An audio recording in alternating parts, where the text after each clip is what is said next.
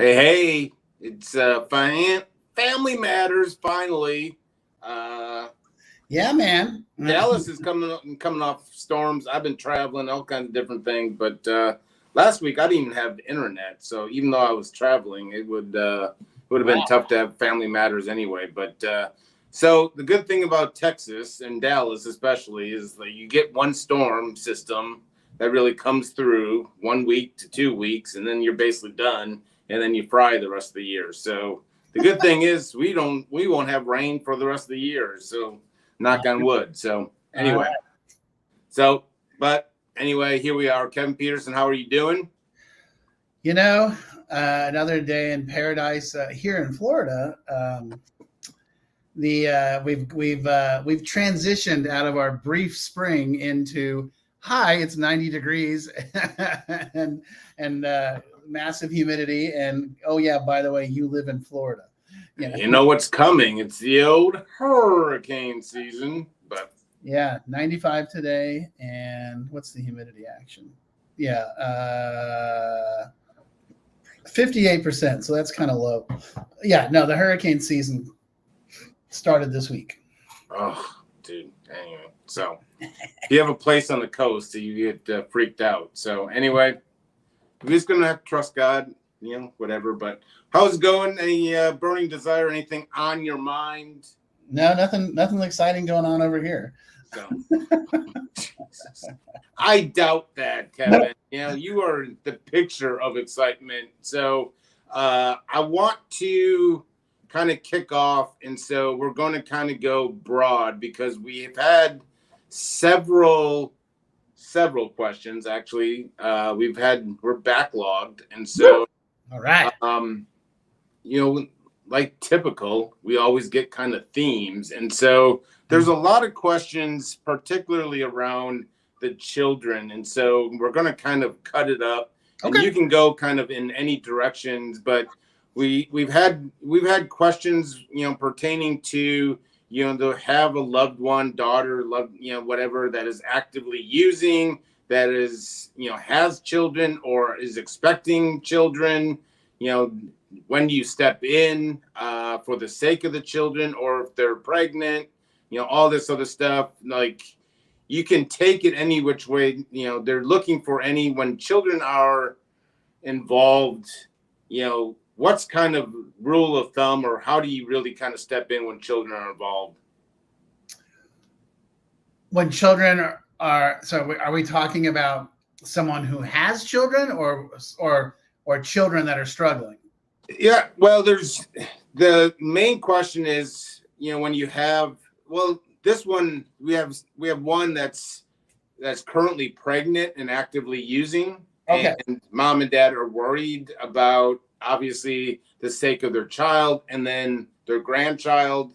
And then there's also several that have loved ones with children, young children in their home, and they're concerned about the welfare of the children. So kind of, basically the pregnant addict that's still using, and the addicted mom or dad that's still using.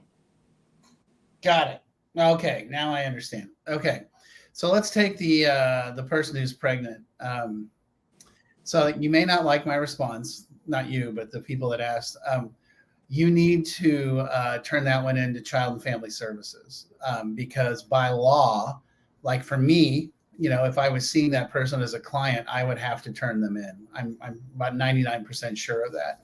Someone who's actively endangering the welfare of a child, even an unborn child, a therapist or someone who's licensed is a mandatory reporter. You are required to turn that in. Actually, it's the same thing with someone who has small children that is actively using. It's the same thing. You have to turn that in.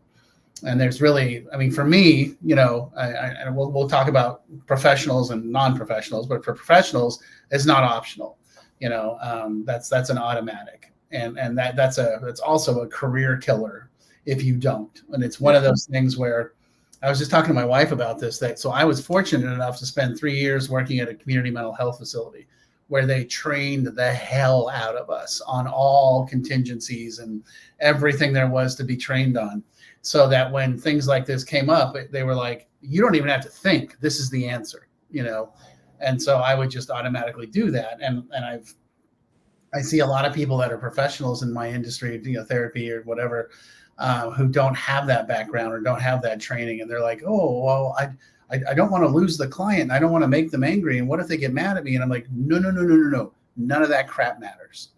What matters is the welfare of the child. If you know they are actively drinking and watching the children or driving the children, you are required by law to turn them in. That's just how it works. Now, if you're not a professional, but you know that your loved one, let's just say your friend or your loved one is doing that sort of thing, you know, the thing I always say is you have to put the kids' welfare first, okay?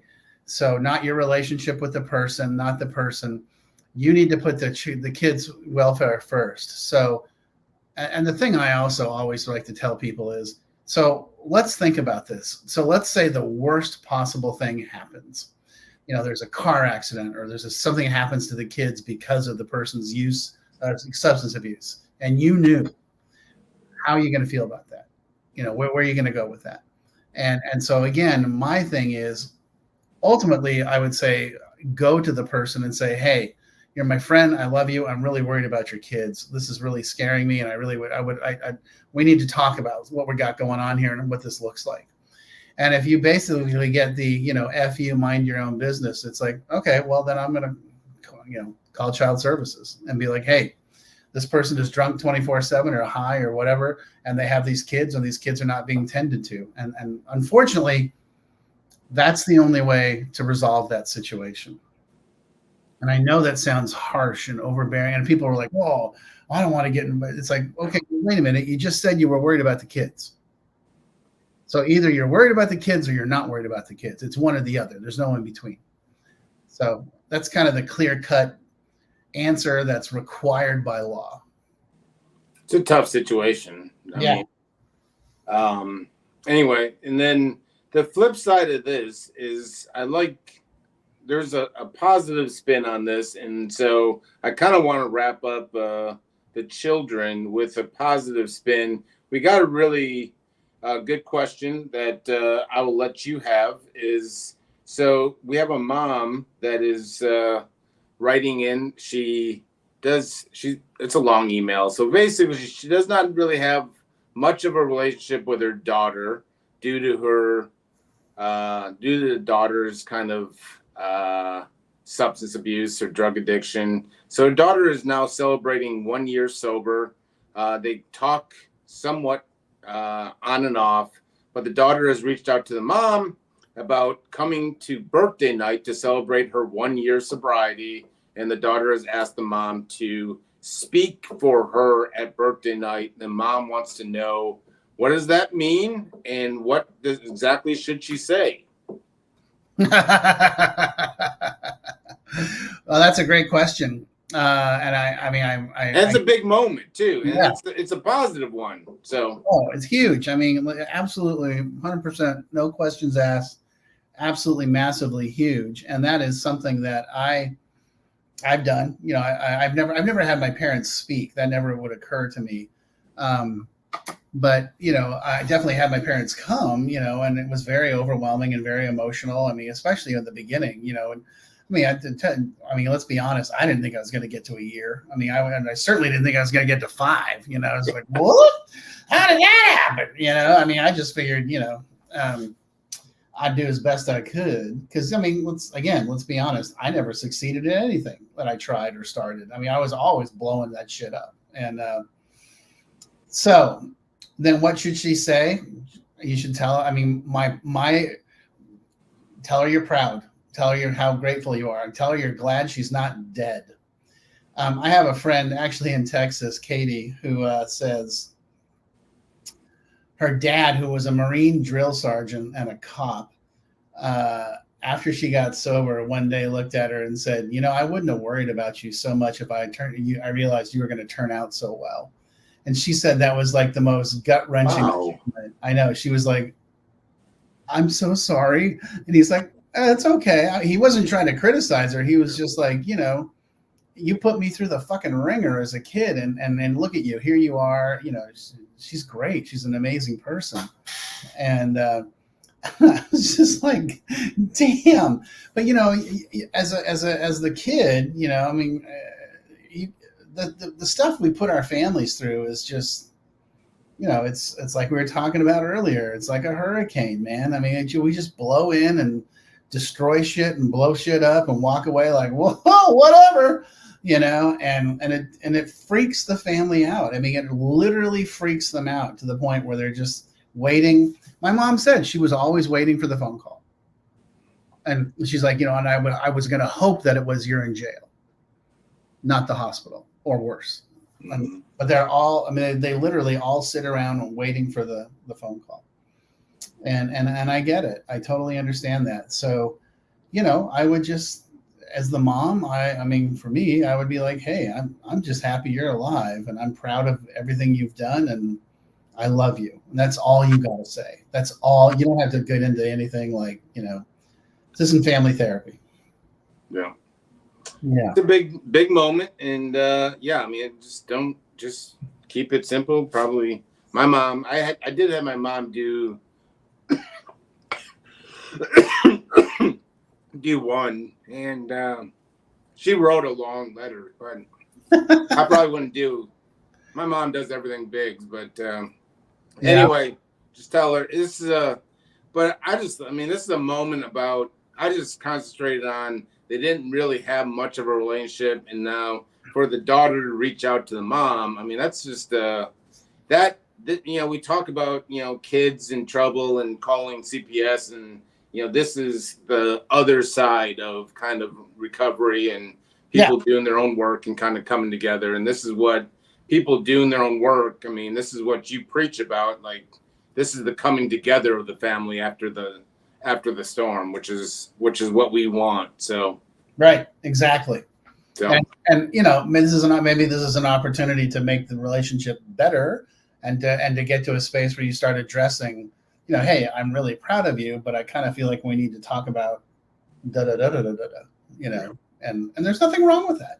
That's, the beauty of being sober is that you're now ready to start stepping up to the plate and addressing life. So, yep, just a mile marker. It's not a finish line. Nope. Another question is, we have she's asking us, what would be the best piece of advice you got in early recovery? Oh, that's a great question. Best piece of advice I got in early recovery. There were a couple of times when, so when I first got sober, I went back to college. I was 27. And, I went to a college that has a big football program. And so I love going to the games and participating and being there. But I was terrified that I was going to be the only one out of 95,000 people that was sober. And I was going to be freaky. And I mean, it really freaked me out. I really didn't know what to do. And all my friends and, my fraternity brothers, I was just like, oh my God, this is just going to be, I'm never going to be able to enjoy football again, and I sat and talked to a friend of mine in AA who had been sober a little, like maybe 5 or 10 years. And he said, well, here's the thing. First thing I would tell you is you can always, and this is the piece of advice, you can always leave. He's like, if you go and hang out with your friends and they're all getting shit-faced and you're the only sober one there, go home. So what if you have to walk 15 minutes or 20 minutes or whatever, whatever that looks like, go home. He's like, that's number one. Number two, he's like, I'm willing to bet that you're not the only person there that's sober or isn't there to get plowed. And he goes, but that's just who you were. So that's all you can remember. Right. And he's like, and so look for those other people. And turns out they were right there, and they weren't in AA or sober. They were just like, we're here to watch the game, not get housed, And then, then we would all go to this big bar afterwards and, see everybody and have fun and chase girls and all that sort of stuff. And, I would get to the point where I was like, this is the thing, right? At every situation like this, every party, every family event, whatever, there's always a moment where you can feel it turning from, we're all just here having a good time, to, and now we're going to get drunk. And I can physically feel the shift of the mood of the room. I'm just like, whoa, what was that? And so my friend Peter was his name. He's like, when you feel that, leave, just leave. You can always leave. And I was like, well, but won't they be mad or offended? He's like, Kevin, they won't even know and they don't care. Exactly. And he was right.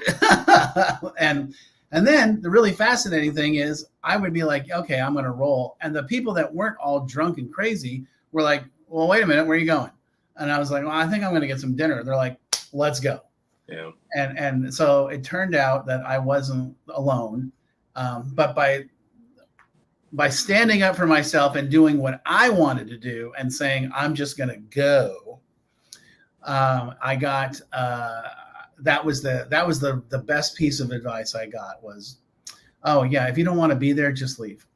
No one will care. Literally, no one will care. And I was like, oh, okay, cool. And I've continued that to this day. I'm just like, oh yeah, all right, it's time for me to go. This isn't fun for me anymore. It's shocking how people don't really pay attention to you. You think everyone's paying attention to. That was mind blowing. Where's Kevin? God dang.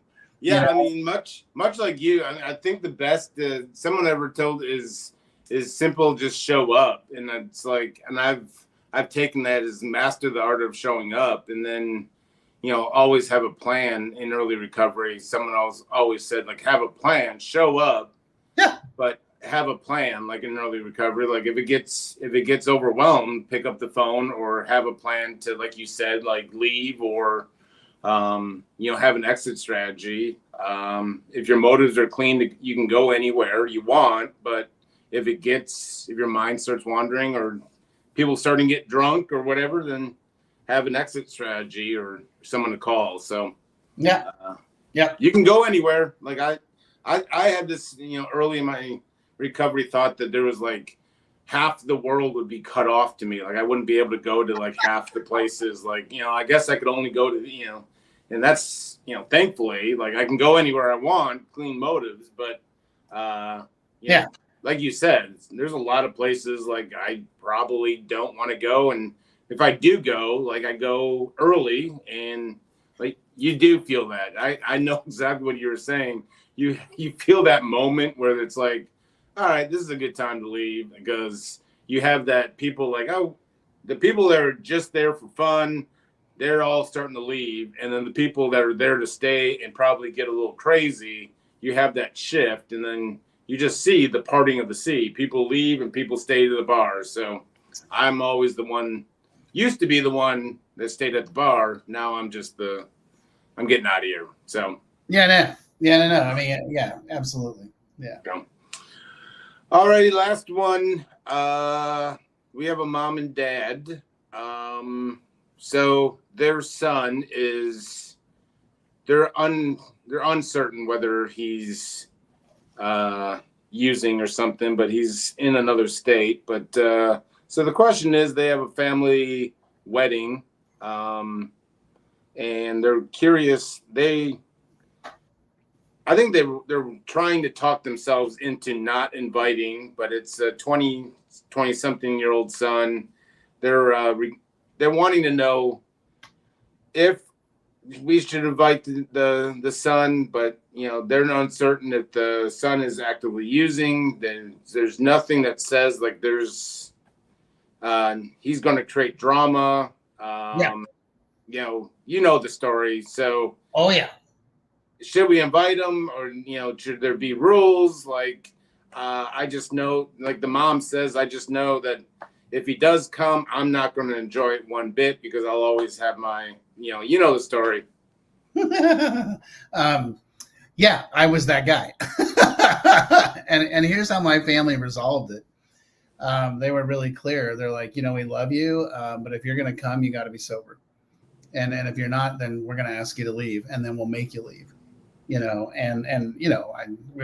were not physical people. There was not a bouncer event, but they just set that boundary ahead of time. Like, hey, we'd love to have you here, but you got to be sober, you got to pay your own way, and you got to behave. And if you can do those things, you're welcome. I mean, you're just welcome. And of course, I was all offended, like, but they were like, we're done with the Kevin Crazy Show, and so if you want to participate, we'd love to have you, but these are our conditions. If you don't, that's okay too. We love you. Either way, we love you. But if you want to come to this event, this is what it's got to look like, Yeah. And I had to learn to respect their wishes because that was the reality of the situation. Yeah. Yeah. I was that tornado all too often, and I probably was the gist of the similar emails from my mom. Anyway, so grateful. My mom's probably not writing those emails anymore, but anyway, that's all we got. I think you did a pretty good job there, Kevin. All right, man. This has been fun. I missed you. I miss you every time I don't see you. We'll do this again next week. I think the storms are all over, so we will certainly do this next week. So Can't wait. Well, I look forward to it. All righty.